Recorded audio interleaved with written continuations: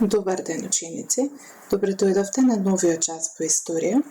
Јас сум Магдалена Илиевска Трајковска и сум наставник по историја во Основното училиште Гоце Делчев во Аеродром. Новата наставна содржина, која што треба заеднички да ја совладаме овој час, е настанокот на човекот. Значи, овој час треба да научиме какви гледишта за настанокот на човекот постојат. Треба да научиме која е таа еволутивна теорија за настанокот на човекот. Треба да знаеме каков бил начинот на живот на првобитниот човек, каде живеел, со што се хранел и слично. Треба да знаеме како се појавува говорот и употребата и користењето на огнот.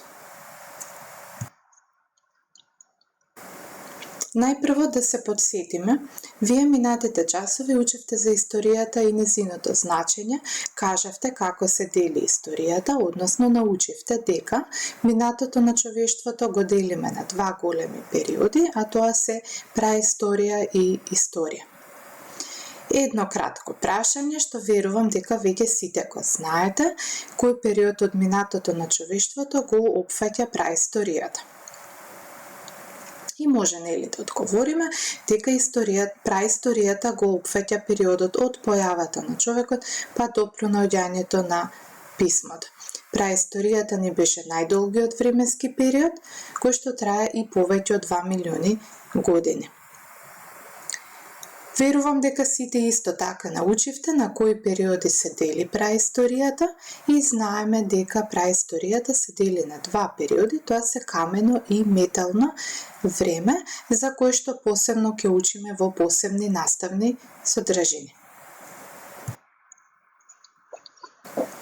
Рековме овој час да видиме како настанува човекот. За настанокот на човекот постојат неколку гледишта. Првото гледиште е засновано врз религиозните учења и е различно во секоја религија. Така, например, сумерците верувале дека боговите ги создале првите луѓе од глина. Сумерците ви се еден народ за кој што подоцна ќе учиме. Хелените исто така верувале дека првиот човек е создаден од земја и една божица му дала животен стив, односно живот. Христијанството исто така верува дека Господ Бог е тој кој што го создал човекот.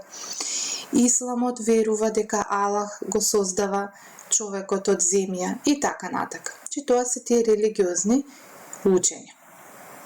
Второто гледиште, на кое што нас не интересира повеќе, го дава науката и според ова гледиште човекот се развил постепено од еден вид човеколик мајмун. Ова е таа еволутивна теорија која што прв ја изнел англискиот научник Чарлс Дарвин. Според еволутивната теорија, мора сите да знаеме дека човекот настанува од еден вид човеколик мајмун. Најстариот предок на човекот го викаме прачовек и тој прачовек најпрво се појавил во Источна Африка. Она што треба исто така да го знаеме е дека изгледот на прачовекот многу се разликува од изгледот на денешниот човек. На овој слайд го имате прикажано на една илустрација еволутивниот пат на човекот, односно развојот на човекот по пат на еволуција. Тоа е она што рековме дека изгледот на прачовекот, односно на првобитниот човек, се разликува од изгледот на денешниот човек. Да направиме една кратка анализа на развојниот пат на еволуцијата, да видиме што може да приметиме, односно да забележиме на илустрацијата. Најпрво гледаме дека човекот бил наведнат, односно прачовекот, и постепено со текот на годините човекот се исправува. Што мислите, што е тоа што придонесло да од наведнат човекот постепено почнува да го издолжува своето тело? Најпрво, за да може да ги дофати плодовите, односно од гранките на дрвата, овошките и слично, човекот постепено морал да се исправува. Предните екстремитети морал да почне да ги користи не за одење, туку за берење, например, на овошки од плодовите, на овошки од дрвјата и слично. На овој начин почнал постепено да го издолжува своето тело. Исто така забележуваме голема разлика и во обраснатоста со коса, што е случај кај првите неколку видови. Понатака имаме разлика во изгледот на главата, вилицата и така натака. Може да извадиме, да извлечеме еден заклучок општ, дека за да може да опстане во природата и да преживее, човекот морал да размислува, односно да го употребува својот разум. Да заклучиме дека разумот, односно размислувањето кое што се појавува кај човекот е тоа кое што го одвојува човекот од животните и е тоа кое што допринесло од човеколик мајмун да се развие во човек.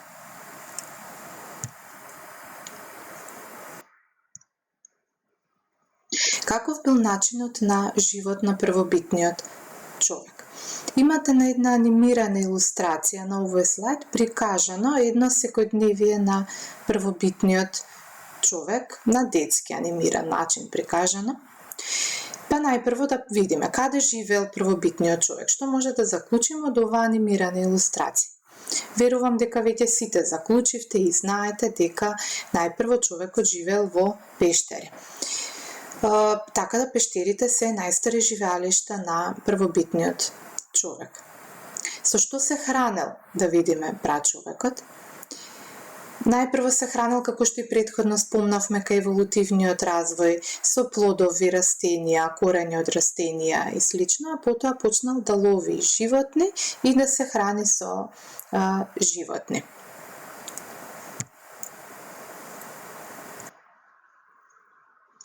На овие две анимирани сликички исто така може да забележиме некои од основните орудија за работа кои што ги користеле луѓето во овој период и некои од основните обележја, карактеристики на овој првобитен начин на живот. И како што може да забележиме од сликичките, може да заклучиме дека човекот најпрво правел орудија од камен, од дрво и од коски.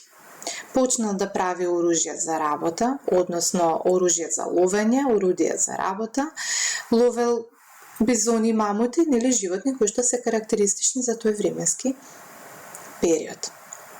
Најзначајна придобивка на прачовекот не е говорот.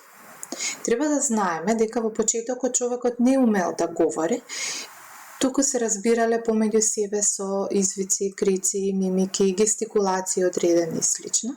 Со текот на времето се појавува говорот и луѓето почнале да се разбираат, нели, така меѓу себе. Друга важна карактеристика на на начинот на живот на првобитниот човек не употребата и користењето на огнот. На оваа анимирана илустрација може да забележите зашто се човекот го употребувал огнот. Најпрво да кажеме дека човекот во почетокот се плашел од огнот. Со огнот се среќавал кога се добивал од грмотевици, громови и слично и бегал од него. Но со текот на времето човекот сфатил дека може да има многу голема корист од огнот. Така, например, огнот сфатил дека со огнот може да добие светлина, му дава светлина во пештерата, што впрочем го гледаме и на илустрацијата. Потоа огнот му дава топлина. Сфатиле дека месото кое што е испечено на оган е многу повкусно отколку да го јадат живо или па храната да е варена и така натака. Понатака, исто така со оган ги ловеле полесно животните и слично. Со текот на времето научили како сами да прават оган со триење на камења, гранки, дрвја и слично. И може да извлечеме еден општ заклучок дека огнот им овозможил на луѓето да преживуваат и на постудени места, да ја варат храната и да го печат месото.